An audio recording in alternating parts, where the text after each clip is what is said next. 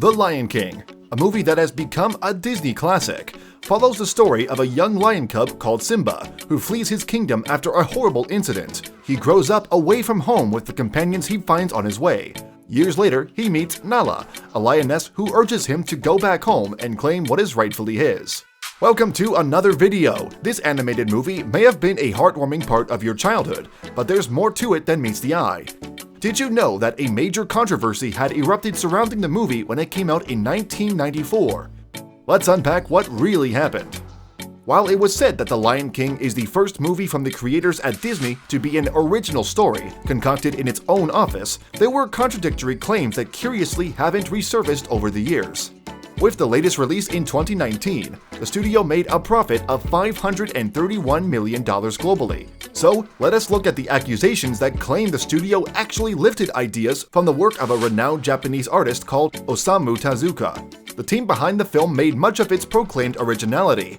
Unlike the rest of Disney's animated movies, it was not based on the work of others. However, those that were familiar with a well-known animated series called Kimba the White Lion, created by Osamu Tezuka from the 1960s, challenged these claims. Tezuka was well known for being the mind behind Astro Boy, based on a manga he created in 1950 called Jungle Emperor. Kimba was aired in Japan for the first time in 1965. It was actually commissioned by the American broadcasting company NBC after they bought the US rights for Astro Boy from Tezuka. He was asked if he had other ideas for a show that would appeal to the English-speaking masses when he came up with Kimba the White Lion. It premiered in the US in 1966 and was aired on TV for the next 2 decades. The Lion King and Kimba the White Lion share certain broad similarities that are hard to miss. Both depict the story of a young African lion cub whose fathers were murdered initially. However, Kimba is inclusive of human characters alongside the animal, unlike The Lion King. It also focuses on the conflict between nature and encroachment by human civilization. Barring these differences, the fans of Kimba picked on similarities, which if we call coincidental, would rank at an all-time high. The antagonist in The Lion King is an evil lion called Scar, who dons a black mane and has a scar along his left eye. In Kimba too, the antagonist is an evil lion with a black mane. The only difference is that the name is Claw, and he has a scar instead of his left eye. Claw's sidekicks include a couple of hyenas, and Scar's include 3 of the same. Coming to Simba and Kimba, they both have among their limited circle of well-wishers a wise mandrill and a bird. Simba has Zazu the hornbird, while Kimba has Polly the parrot. Pieces of art from the early part of The Lion King's conception even depict Simba as a white lion. Think about the rhyming names of the main characters. Could this merely be a coincidence?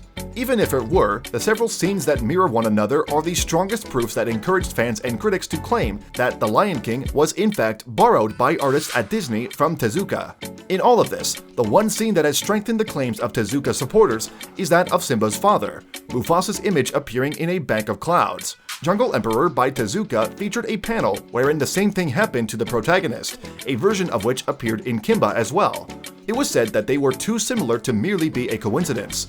Oddly though, when the team of creators at Disney were asked about Tezuka's work, they were quoted as saying they have never heard of it. Madhavi Sundar, a professor at Georgetown Law, wrote about the Kimba Lion King controversy in her 2012 book, From Goods to a Good Life. She explained that had Tezuka's company, Tezuka Productions, pursued legal action against Disney in the wake of Lion King's release, the case would have been very strong.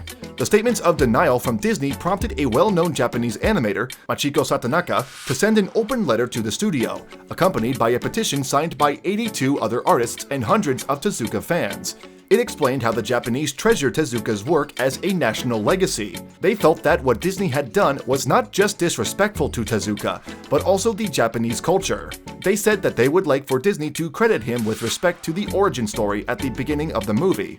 But Satonaka's letter marked the end of the controversy. Satonaka and the other manga artists tried to protest, but the public didn't go along with it, because as much as Tezuka is considered important, the Japanese love Disney. They recognized Lion King was a copy of Jungle Emperor, but it was okay with them. Most notably, it was okay with Tadayuki Matsutani, the president of Tezuka Productions. Though he was quoted in the Chronicle agreeing that the Mufasa in the cloud scene was nearly identical to the one in the original comic book version of Dr. Tezuka's story, he also told the paper that the company's official position was that Lion King is absolutely different from Jungle Emperor and is Disney's original work. The bottom line is that there was never a lawsuit against Disney, and rumor has it that the actual reason was that Disney had the best lawyers worldwide under contract, and therefore any lawsuit would be unsuccessful anyways. For more of this content, don't forget to hit the subscribe button and tap the bell icon for notifications.